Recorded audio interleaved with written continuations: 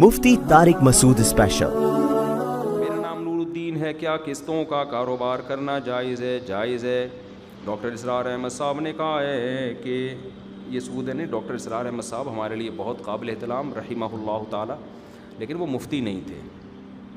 سود کے مسائل مفتیان کرام سے پوچھیں۔ سود کے تو بڑے ویسے بھی پیچیدہ مسائل ہوتے ہیں، اس میں تو ایکسپرٹ مفتی ہوتے ہیں جو بتاتے ہیں آپ کو۔ تو قسطوں کے کاروبار تو سود ہو ہی نہیں سکتا۔ میں نے بھی وہ ڈاکٹر صاحب کی اسپیچ سنی ہے جس میں وہ کہہ رہے ہیں میری رائے میں یہ بھی سود ہے، لیکن وہ بالکل اس کی کوئی حیثیت نہیں ہے۔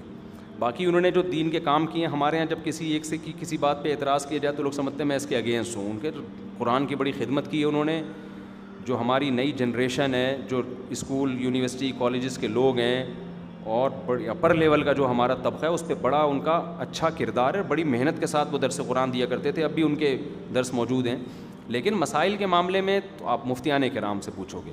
تو سود سے اس کا کوئی تعلق نہیں ہے، بلکہ یہ جو آیت نازل ہوئی ہے نا، احل اللہ البیع وحرم الربا، مشرکین مکہ نے کہا تھا کہ سود کیوں حرام ہے؟ وہی پوچھا نا انہوں نے، شیطان والا کام کہ کیوں حرام ہے؟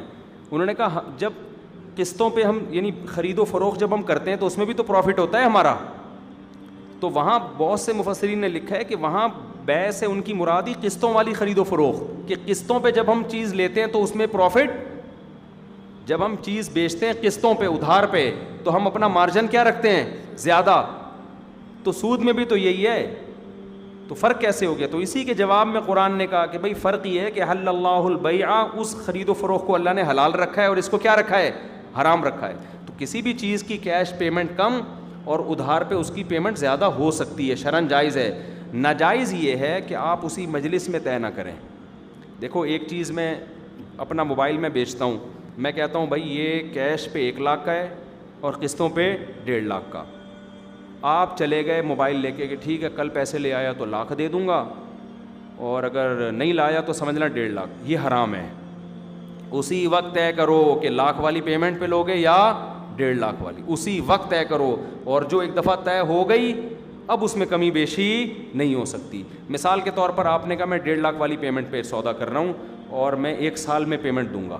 میں نے کہا جی ٹھیک ہے، موبائل لے جا بھائی، ضمانت کے طور پہ کوئی بھی ڈاکومنٹ جمع کرا دو، 1.5 لاکھ لے آنا۔ کل آپ آئے کہہ رہے ہیں یار ایسا کر، یہ 1 لاکھ پکڑ اور باقی قسطیں معاف کر۔ اب نہیں ہو سکتا، سمجھ رہے ہو؟